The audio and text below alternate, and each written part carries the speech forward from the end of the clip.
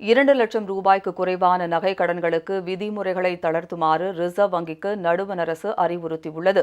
Reserve வங்கி அண்மையில் வங்கிகள் மற்றும் வங்கி சாரா நிதி நிறுவனங்கள் தனிநபர்களுக்கு தங்க நகை கடன் வழங்குவது தொடர்பான 9 புதிய விதிமுறைகள் அடங்கிய வரைவறிக்கையை வெளியிட்டது.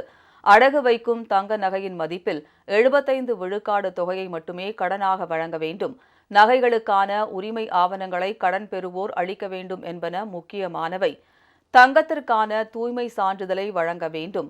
நகைகளின் தரம் கட்டாயம் 22 கேரட் அல்லது அதற்கு மேல் இருக்க வேண்டும் உள்ளிட்ட நிபந்தனைகள் இதில் அடக்கம். இந்நிலையில் நகை கடன் வழங்க 9 நிபந்தனைகளை விதிக்கப்பட்டதற்கு பலரும் எதிர்ப்பு தெரிவித்திருந்தனர். இதனால் ஏழை மக்கள் பெரிதும் பாதிக்கப்படுவார்கள் என்று எதிர்ப்பு எழுந்தது.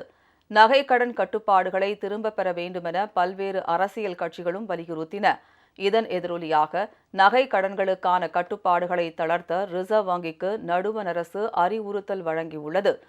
சிறிய தொகைக்கு நகை கடன் பெறுவோர் பாதிக்கப்படாதவாறு புதிய விதிமுறைகளில் சில பரிந்துரைகளை ரிசர்வ் வங்கியிடம் கூறியுள்ளதாக நிதி அமைச்சகம் தெரிவித்துள்ளது. 2 லட்சம் ரூபாய்க்கு குறைவாக நகை கடன் பெறுவோருக்கு இந்த புதிய நிபந்தனைகளிலிருந்து விலக்கு அளிக்கப்படலாம் எனவும் பரிந்துரைக்கப்பட்டுள்ளது. நடுவண் அரசின் யோசனையை பரிசீலிப்பதாக ரிசர்வ் வங்கி தெரிவித்துள்ளது.